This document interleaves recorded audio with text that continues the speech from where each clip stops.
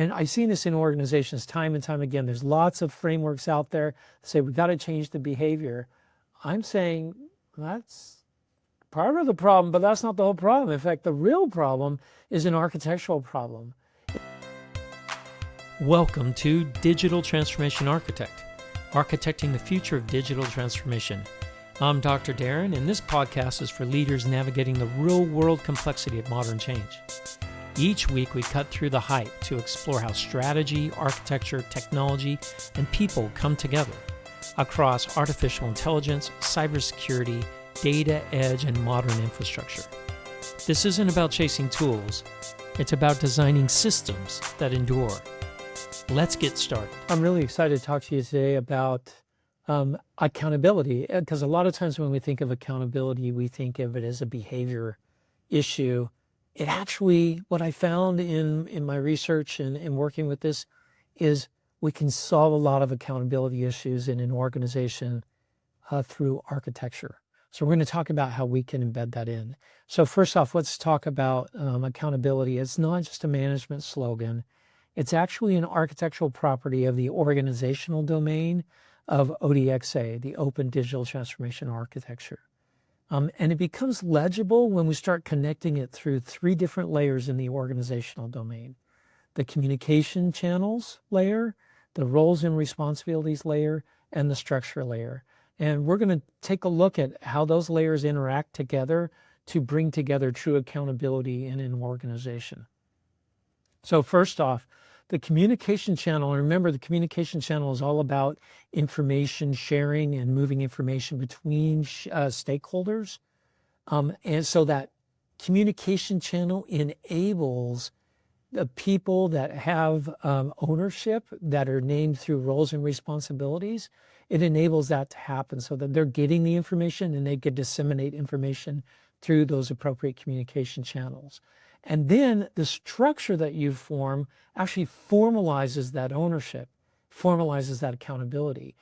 Accountability only becomes really operational and repeatable when information, ownership, and governance all stay aligned. So all three of those things have a play in true accountability in an organization. So what we're going to talk about today is that information flow as the precondition for accountability, making sure that we define clear roles and decision rights to convert work into named ownership, and also the structure. How am I structuring my organization so it supports that ownership and accountability, right? And then real transformation only succeeds when I have accountability that is designed into the layers instead of just clumped on at the end or thrown in after I've organized things. So a lot of times we hear leaders say this: take ownership in something. And what teams hear, if the organization isn't set up appropriately, if I don't have those three things, what teams hear is you're to blame if something happens. So teams hear you're absorbing the blame. Right? And when execution fails, what happens? Some people point fingers at each other. But in reality, the problem is it wasn't architected effectively. The channels are incomplete or not established very well. Roles and responsibilities are vague. And then the structure a lot of times diffuses decision-making. Like who's in charge? Who's, right? We see this in a lot of organizations. So a lot of times what people do is they take a look at it's a behavior model thing. So, right, I'm going to demand ownership and I'm going to measure failure, right? All that does is produce blame. And I've seen this in organizations time and time again. There's lots of frameworks out there that say we got to change the behavior. I'm saying that's part of the problem, but that's not the whole problem. In fact, the real problem is an architectural problem. If I design the channels appropriately, if I design and define the roles and responsibilities, and then I embed governance in there through the structure, then it produces execution, evidence, and correction when things are wrong. And so the architecture is solving the issues instead of pointing fingers at who's responsible all the time. You already know who's responsible.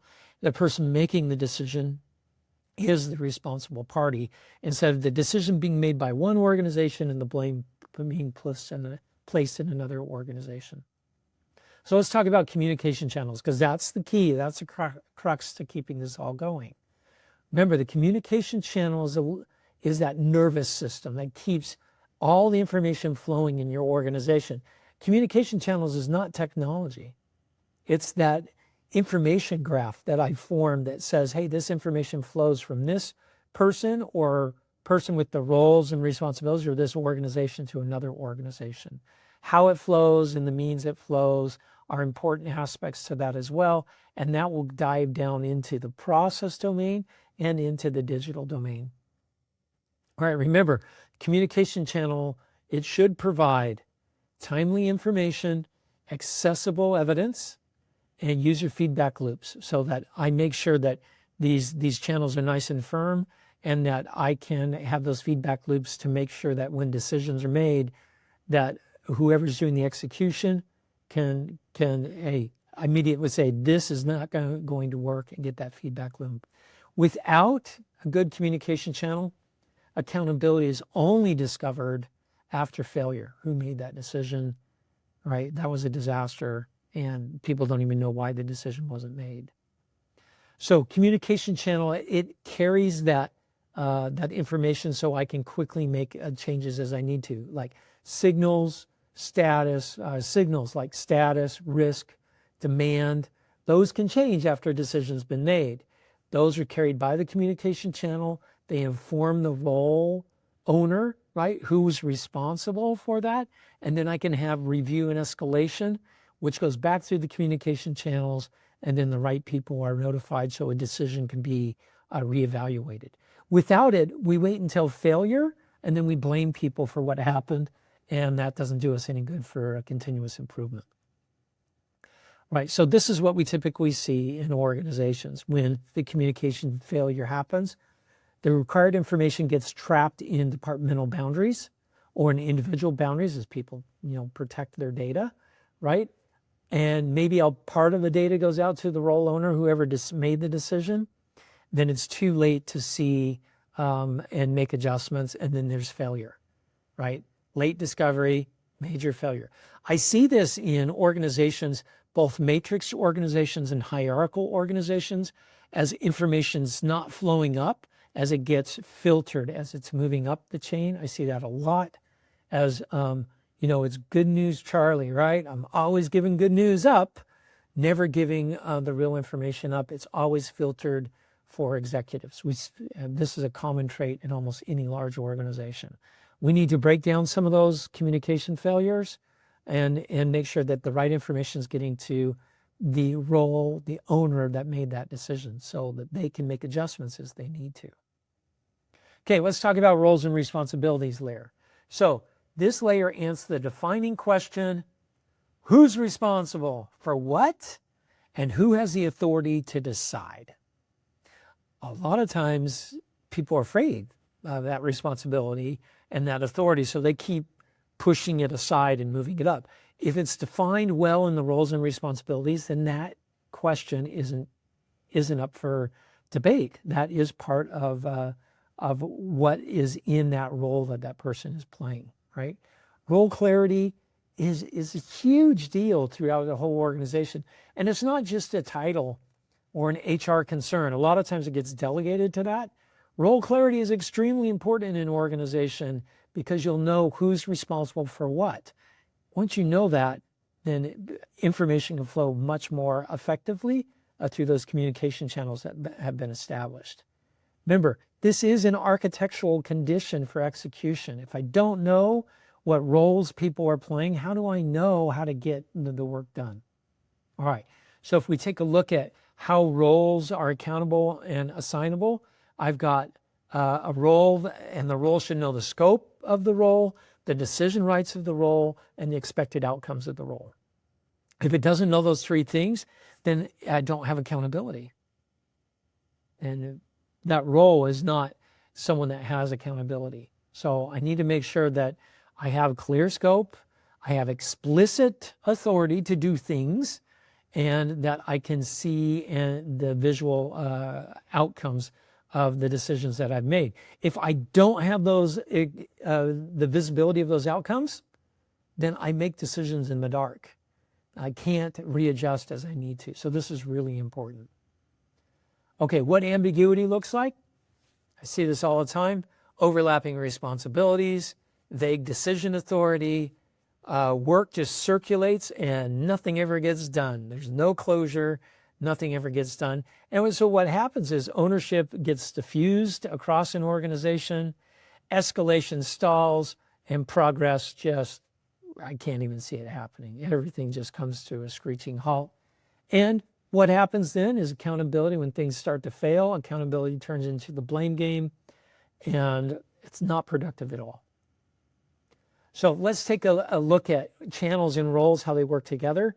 Look, communication channels are key in providing individuals with different roles the right information at the right time. That provides evidence so that they can direct the action that they need to make, either change the direction of a decision that they made or make new decisions, whatever the case may be, right? The key is that we're getting things done. That's the key. Visibility without ownership just creates noise. Got a lot of visibility, but no one's in charge. I got a lot of visibility, and everyone's like, "Oh, are you going to do that, or am I going to do that? Who's going to do that work?" Right? I see that time and time again. And then ownership without visibility. Now I'm just guessing. Right? Oh, I'm responsible for this, but I have no idea what the impact of my decision is, either now or in the future or even in the past. Right? Together, those things together, that's what provides real accountability with execution. All right, now let's talk about structure. Now, structure is really cool because what structure can do is structure can make those roles and responsibilities and communication channels, they can, what's the right word? Make it canon, solidify it. That's the word I'm looking for. They solidify it, right? So it's where accountability becomes visible in the architecture through the structure. If I establish the structure correctly, then I can see the reporting relationships, the governance models, review forms, and escalation paths. So that's what structure gives. Structure institutionalizes those roles and responsibilities in those decision making, right?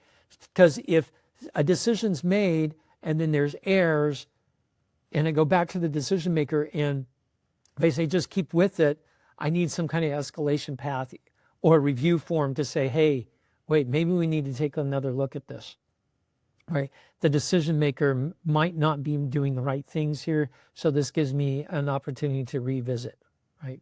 That's where structure comes in. Also, structure also provides that reporting relationship, so I know not only who's in charge of what decisions, but also where it can be delegated out to, right? So let's take a look. Let's throw structure into our relationship here. I've got the owner. They participate maybe in a decision form that I've established in my structure. There's a governance and escalation path that ties into my process domain. And then there's structural ownership, right? The architecture is clearly visible here, and I can trace the owner, the decision body, and the escalation path. If I've documented that, then I know exactly what happens when issues occur, instead of guessing or going around and pointing fingers at everybody else. So one thing you can do to test your architecture when we inspect the structure is you ask these questions. Can I identify who the role owner is? Who's the decision authority? Or is it a group, right? What is the channel that's carrying the evidence to the decision body or owner that's making the decision? And if there's a form involved, where are unresolved issues escalated to? Or if I have unresolved issues, where do they go, right? If they're not there, if these things aren't there, then I have an architectural accountability gap. And that's when the blame game starts happening. So I really need to establish these accountability, architectural accountability. So if I look at accountability, all three things need to be there: communication channels, roles and responsibilities, and structure. Remember, communication channel provides information availability. It makes all the information available. The roles and responsibilities makes things assignable, and the structure makes them durable so that they last over and over and over again. That's where I get true accountability. Not through behavior analysis, not through behavior modification, through architecture, right? The behavior modification sits on top of this, and you need that, but without the structure underneath, it just falls apart.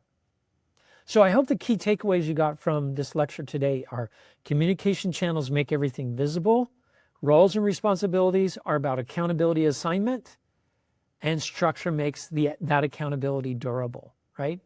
Transformation can succeed through all these layers when they're all coherent. You've been listening to Digital Transformation Architect.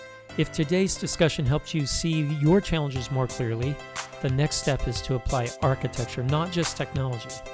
For deeper conversations with leaders and practitioners shaping real change, listen to Embracing Digital Transformation or check out our website at embracingdigital.org. Until next time, architect the future with intent.